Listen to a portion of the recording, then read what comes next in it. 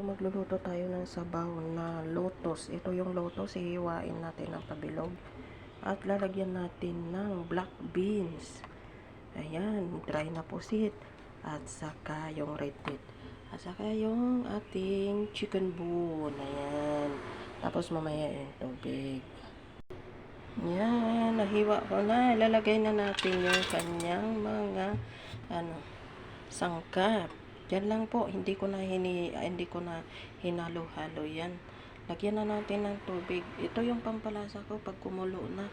Lalagyan ko ng isang kutsarang patis at saka isang kutsarang light sauce. Light sauce po yan, hindi magkukulay ang sabaw.